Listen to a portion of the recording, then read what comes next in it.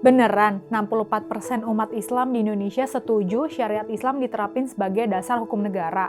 Angka 64% itu kan banyak, mayoritas. Jadi lembaga riset internasional Pew Research Center baru aja ngerilis hasil survei terhadap 13 ribuan responden di 6 negara ASEAN. Survei dilakuin dari Juni sampai September 2022 dengan metode sampling berbasis probabilitas.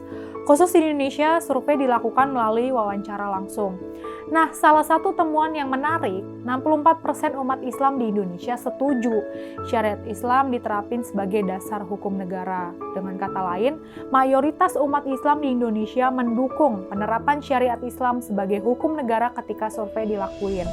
Menurut laporan survei itu, kecenderungan yang sama terlihat juga di Malaysia. Bahkan angkanya lebih besar lagi.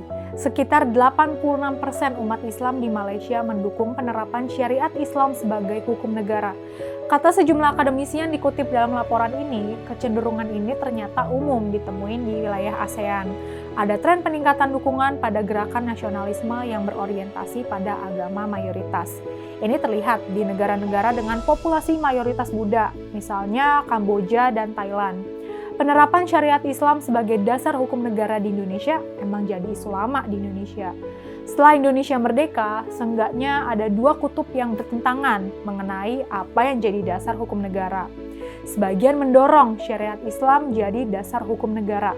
Sebagian yang lain mendorong prinsip-prinsip non-agama atau sekuler. Ketika itu, perdebatan antara dua kutub ini sangat keras. Beberapa tokoh non-muslim bahkan sampai ngancem loh bakal misahin diri dari Indonesia kalau pilihan pertama yang diambil. Singkat cerita, dua kutub itu berhasil bertemu di tengah dan netapin Pancasila sebagai dasar negara. Temuan Pew Research Center ini harus jadi peringatan penting buat kita.